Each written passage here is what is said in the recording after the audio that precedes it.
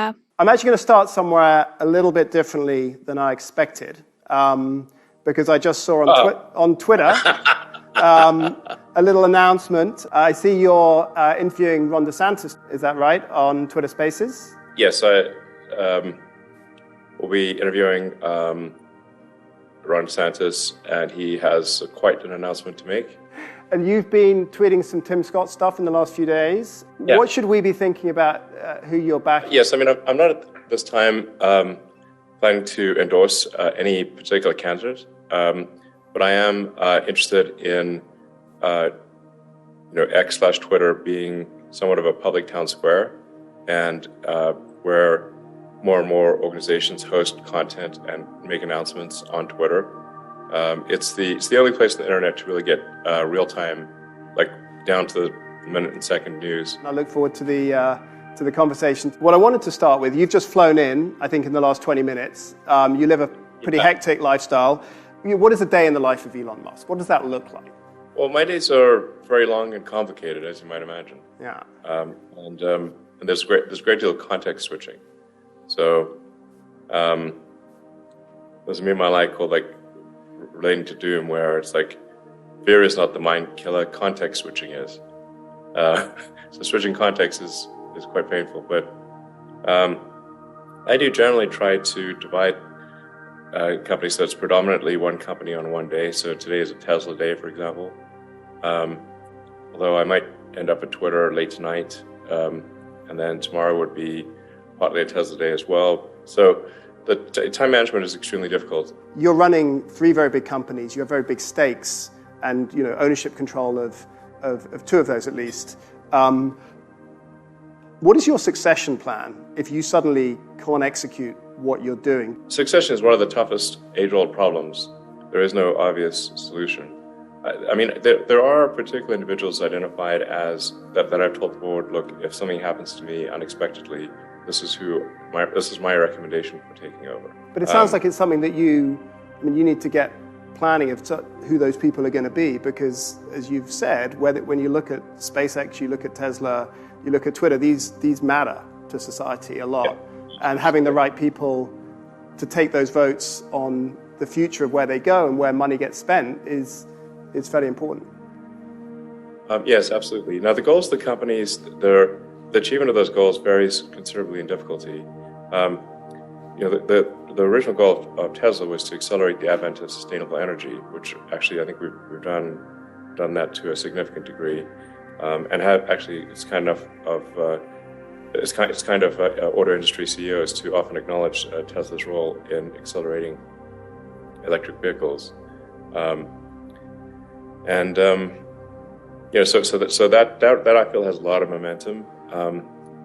They're still solving self-driving, which we're aspirationally hoping to do this year, and so Tesla's got a long way to go, but the execution plan is relatively clear, and that execution plan will generate a lot of positive cash flow for the company. So it's a fairly obvious thing to do. With SpaceX, it's a harder problem because the long-term objective is to make life multiplanetary with a self-sustaining city on Mars, which is likely to be very cash flow negative at first, and so very much a long-term. Let's just say the target market on Mars is small. You just hired a new CEO, Linda Yaccarino, an ad veteran into Twitter. You usually focus on hiring engineers. Linda is a very different person. Can you just quickly tell us about your courtship? How did that go down? We had conversations over a number of months just relating to advertising. And then Linda felt that it would be very helpful for the advertisers to see me in person, so invited me down to a conference in Miami, which was very helpful, and met with a number of advertisers personally to assure them that Twitter is a good place to advertise. Have you said to Linda that you are going to keep speaking your mind, whatever the commercial impact of that? And has she agreed to that? Is she happy with that? You aligned? Yeah. And in her role as CEO, does she have any say over moderation, or is that under you, or do you do that together? Well, the general principle is that we will hew close to the law.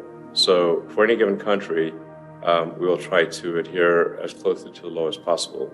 There is an important thing, which is like that obviously doesn't mean that, say, advertisers should be forced to appear next to any content.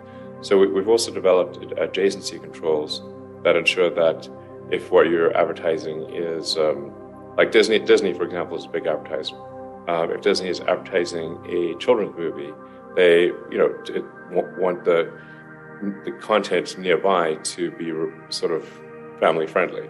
That's totally understandable. Are you back near profitability now? Twitter is not quite there, but if we get lucky, we might be cash flow positive next month, but it remains to be seen.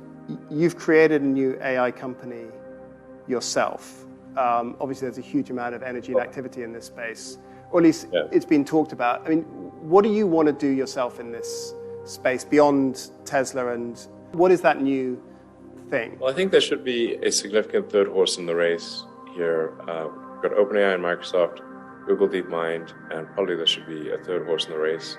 So there'll be more on that soon. I agree. I don't want to jump the gun here on announcements, but OpenAI has a relationship with Microsoft that seems to work fairly well.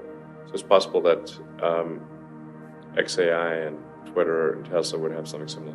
You've talked about the importance of regulation, and you called for this moratorium. You know, when you've been talking for years about the need for regulation, what is the scenario that really keeps you up at night? Well, I don't think the AI is going to try to destroy all humanity, but it might put us under strict controls. Isn't the more likely nasty outcome that rather than AI taking over and being the ultimate nanny that keeps us all doing stuff that is super safe and it wants us to, that actually somebody nefariously harnesses that power to achieve societal control, stroke military superiority, and that actually some country around the world decides to use it in a different way? Yes, that's what I mean by like AI uses as a weapon. And the pen is mightier than the sword. So one of the first places we have to be careful of AI being used is in social media to manipulate public opinion. So if we take it back to where we started, if you look at the election that's coming up, how big a role will this big shift in AI capability over the last few months, which will obviously continue through the next year, how big an impact is this going to play, do you think, in the messaging and the way that people get told the different pitches of the candidates? I think that's something we need to be on the lookout for in a big way, is to make sure that we're minimizing the impact of AI manipulation. We're certainly very much taking that seriously at X/Twitter, X/Twitter, and I think we're putting in place all of the protections to minimize and certainly detect when we see large-scale manipulation of the system. Elon Musk, thank you very much for joining us. And that's it for today's Look at Tech.